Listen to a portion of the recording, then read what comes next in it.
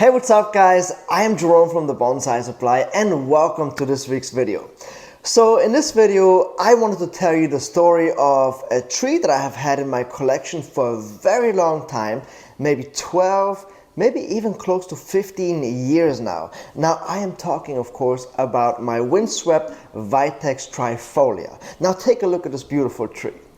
Wow, I really love this tree. So now, obviously this tree didn't start out like that. It started out looking like an ugly duckling, but over the course of about 10 years, I was able to turn this tree from this into this. So now sit back and relax while I tell you the story of this tree, and I'm going to tell you how I got this tree, like the first things that I did with this tree when I brought it home that very first day, and then how I got it from this ugly duckling to this beautiful award-winning tree. Now sit tight and let's get right to it. Now let me start out by telling you how I actually got this tree, because it is quite an unusual species for bonsai. And like I said at the beginning of this video, I've had it for 12, maybe even close to 15 years. It's a little blurry how long I've actually had it, but it's been more than 12 years. And this species has not been used in bonsai in the United States really at all. You rarely see it, and I'm still trying to figure out to this day why, because it is readily available. Now nonetheless, this is how I found this tree.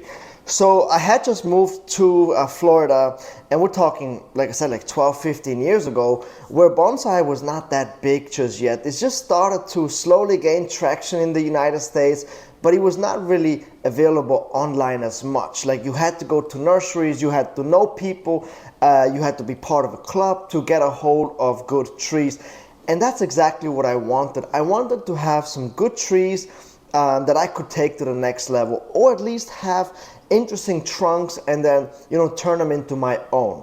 So this is what I did. I went online and I looked for bonsai clubs in my area, and I looked for shows, like upcoming shows, because I knew at all the bonsai shows they always have this sales area where people sell trees, and I thought that was a good way to get some good quality trees.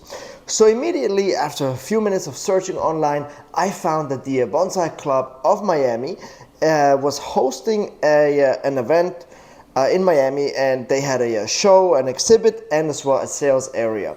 So the following weekend I went to that show, and I was actually pretty smart of what I did back then.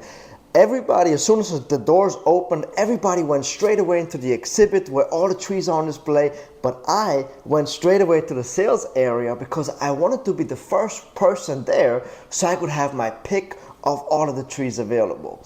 So I walked around the sales area, and immediately I found this odd looking tree. This Vitex had an odd looking trunk. I've never seen anything like that before. It had these purple flowers. It was just beautiful and different and weird. And so immediately I spoke to the gentleman there, you might actually know him, Mike Cartret. He used to be a pretty big in bonsai in Miami. He's since moved away, but he was my go-to person to find good quality trees back then. And so that's how I actually got to meet him. And I bought 3 trees from him that day: a strawberry guava, a willow leaf ficus, and of course this Vitex. Now when I brought this tree home, I didn't like the canopy size of the tree. The canopy was way too big for the trunk, and also the trunk had this movement over to the left, but then the canopy was too even on top and too large. So I didn't quite like the canopy, but I knew I could easily change that. What I really did like was, like I said, the species. It's such a rare species. The trunk movement, the fact that it had flowers, and I knew very quickly I could turn it, into something different. So the first thing that I did actually was to repot the tree, because it was not in really good soil. It was in a black potting soil mix, and I wanted to use a good bonsai soil mixture first, get the tree strong and healthy. And so the first thing that I did is I repotted it into what is now known as our all-purpose bonsai soil mixture, which is a lava, pumice, calcine clay, and pine bark. Now, as you can see, I have been using this specific soil mixture for over 15 years, so a very long time. It has a very good track record, as you can see. So I've been using it for a very, very long time. So I repotted the tree into the soil mixture. I used a little bit of a bigger pot, a deeper pot, so that the tree could get healthier, and I changed the angle. I thought, you know what, I want to go semi-cascading with this tree. I thought that was the way to go. I changed the angle, and I had it in a semi-cascading form in a bigger pot, better bonsai soil, and I just let it grow for about a year just to regain some vigor.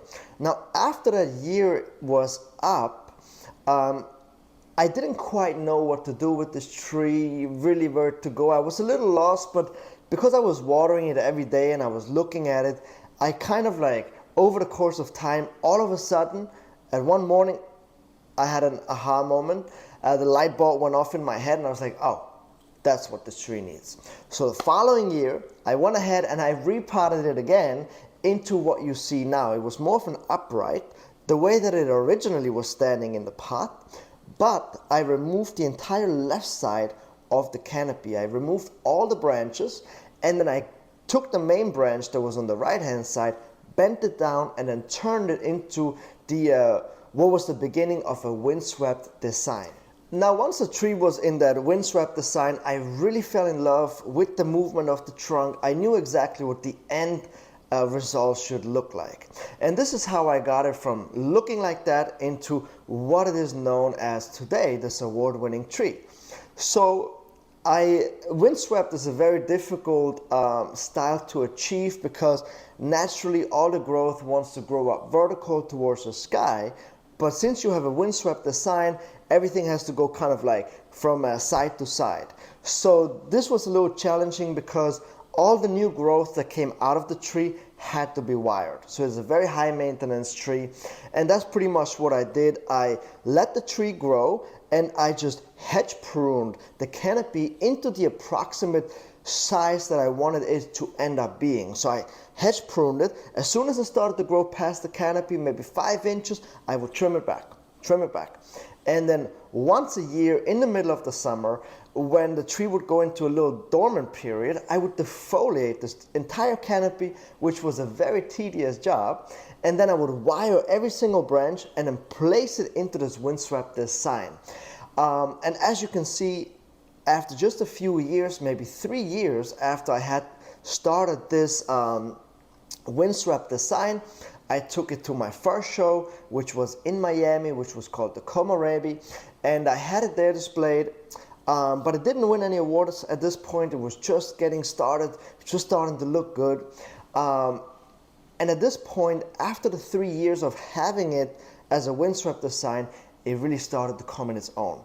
People started to recognize it. People really loved it. I started to show it more. I actually wrote an article in the Bonsai Focus magazine, which is one of my favorite magazines, by the way. If you're not subscribed to it yet, I really encourage you to subscribe to the magazine.